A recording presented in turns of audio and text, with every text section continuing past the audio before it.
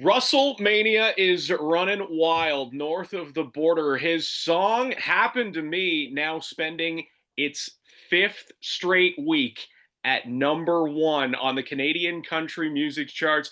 And today in the KX Country Clubhouse, we are being joined by the man behind the song, Mr. Russell Dickerson. How you doing, pal? Unbelievable, dude. This is crazy. How's the family? The family's okay. Kaylee and the boys are doing well? Everybody's great, man. Yeah. Just dropped my son off at pre-K. Okay. We're full on dad mode, dude. And just trying to balance it all. No, I'm not balancing it. I'm trying. But, here we Well, are. We're look, dude, doing it. we're gonna start with this. Congratulations on this monster song. When you went into the studio to record "Happened to Me," did it ever occur to you? Did you ever think that this song would connect the way that it did? I'm gonna be honest, no. I thought it would be more of a niche group of people that love kind of the more rock side and whatever. But I mean, dude, it is top to bottom, left to right, every connecting with every demographic. It is phenomenal. It's just so cool to see. Song of the summer, man. Thank you. I'm shook. To my core, I'm Was shook. was this always the first choice of singles to introduce your fans to this next chapter of music, or was there another track off Famous Back Home that was being considered?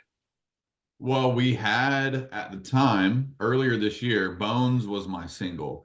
Bones Mm, was my actual debut single off of the record. And so it's like, that was the one to me that was like, dude, new chapter. This is like a more mature version of like some of my love songs that have really shaped my career.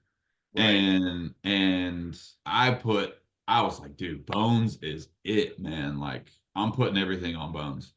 And we did it for a few months, and it just I don't know why it didn't connect the way I was expecting it or whatever, but it was probably hit like 35, 33 or something on the chart, and it just kind of was swimming around there. And then Happened to Me came out, and everybody, like, I didn't want to admit that that was the Yeah, right move because I've never pulled a single before. right. I've never had to do that my entire career. And but my team sat me down and they're like, "Hey, like the data here is just undeniable. This is going to be a huge hit. You just have to trust it." And I was like, it hurt, it hurt my pride. Yeah, yeah, And I was just sure. like, I know you're right, and we got to do it. And so we did, instantly switched, and it was just a rocket. Has the success of Happened to Me forced you into moving it around in the set list during the show now? It Yep. has. We've tried it a few different. Well, I mean, right now uh we're playing it twice. Like we're playing it Wow. probably a third of the quarter, halfway through ish, and then at the end of the encore is another play happening to Okay. me. So So serious question here. Now, if you had to cover a Cyndi Lauper tune on this tour, which one are you choosing? I mean, I think there's a perfect mashup. Obviously, just Yeah. just a layup waiting to happen of come on in the morning light and girls just Yeah. wanna have fun. You know what I mean? I think that's obviously that's the tee up. It's perfect. I mean, you and I we're about the same age. You're what, 38? Yeah, Yeah. so we're the same age. I would have said like Goonies. Goonies are good. Like that's another good one you can throw in there Hmm. too. Yeah. So speaking of this tour, WrestleMania is making its way here north of the border, Pickering Casino on October the 3rd. Now, in regards to a casino, are you more of a slots guy, a tables guy, or are you just there for the buffet, man? Oh, I'm tables. I'm Okay. table guy. I love some roulette. I love the social aspect of craps. I'm not a blackjack takes too much Mm. concentration and like, Mm-hmm. oh well, this means this and that's it. I just haven't played it enough. But dude, I love roulette. Just putting your chips all on red, eh? Dude, I'll go red. I got a couple strategies I like to play, like spell stuff out in the numbers, you know? Uh, so, for those who have not seen you perform live before, how would you describe a Russell Dickerson show? Hmm. Well, first of all, the best night of your life, first and foremost.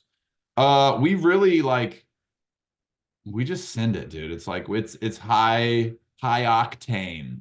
We're boisterous. We get ridiculous. You never know what's no show is ever the same. Right. Like we have a mascot. Sometimes the mascot comes out on stage and twerks. And then, Amazing.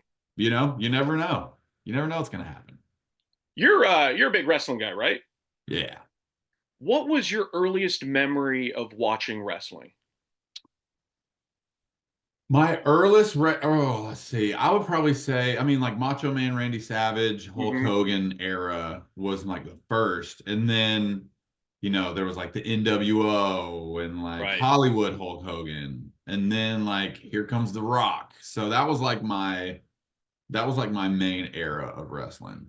Yeah, I remember as a kid going into a video store and always renting the WrestleMania 10 tape. And that Shawn Razor ladder match just blew my mind. Dude, yeah. So, Crazy. Russell, we've seen Jelly get involved recently. Has WWE reached out? Is that something that you'd even be interested to do? Absolutely. Okay.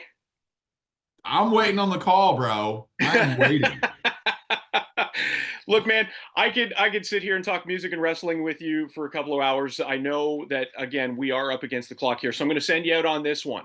Performing at WrestleMania or the CMA Awards, which one would be cooler for you? Ooh, golly. That's a great question. I'm gonna go CMA just because that's been such a long time dream of mine. But Okay. dude, I will say WrestleMania might be a more epic performance. Right. Like coming in from the rafters and freaking fireworks Like exploding. Sting. Yes, exactly. WrestleMania running wild here in KX Country, Pickering Casino on October the 3rd. Russell, thank you so much for taking some time in the KX Country Clubhouse with us today. Appreciate you, man. Of course, bro. Thank you for taking the time, dude.